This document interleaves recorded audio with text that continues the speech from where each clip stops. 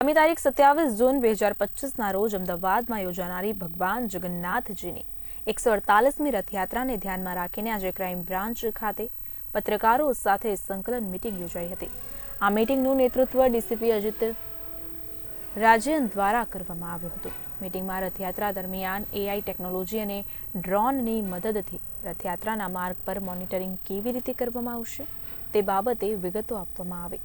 સાથે જ રથયાત્રા દરમિયાન કોઈપણ શંકાસ્પદ ગતિવિધિ ઇસમ કે ઘટનાઓ અંગે તાત્કાલિક માહિતી તંત્ર સુધી પહોંચે અને ઉચ્ચ અધિકારીઓનું ધ્યાન દોરવામાં આવે તે માટે પત્રકારો સાથે સંકલન મજબૂત બનાવવાનું આ મીટિંગનો મુખ્ય ઉદ્દેશ્ય હતું। પોલીસ અને મીડિયા વચ્ચે સુરક્ષિત અને શાંતિપૂર્ણ યાત્રા માટે સંવાદ અને સહયોગ વધે તે દિશામાં આ મીટિંગ ખૂબ જ મહત્વપૂર્ણ રહી હતી।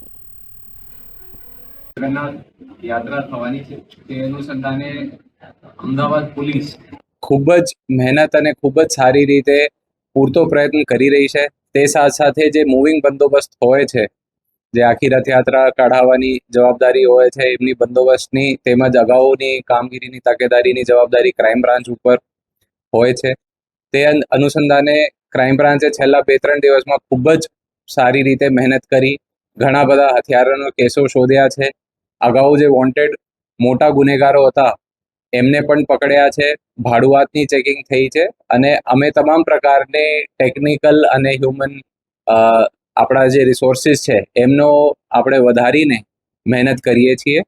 તે સાથે સાથે આપ સૌનો જણાવવા મને ખૂબ જ સારું લાગે છે કે અમે જે કોઈ પણ પ્રકારની ભગદડ ના થાય કે સ્ટેમ્પીડ ના થાય તે માટે આપણે એક સ્પેશિયલ આર્ટિફિશિયલ ઇન્ટેલિજન્સ યુઝ કરીને એન્ટી સ્ટેમ્પીડ, એન્ટી ક્રાઉડ્સ એમાં જે ઘણા યુવા લોકોનો જે સ્ટાર્ટઅપ્સ છે અને એ લોકો આ દિશામાં કામ કરી રહ્યા છે તેમનો સાથે જોડાઈને અમે એ લોકો કર્યું છે।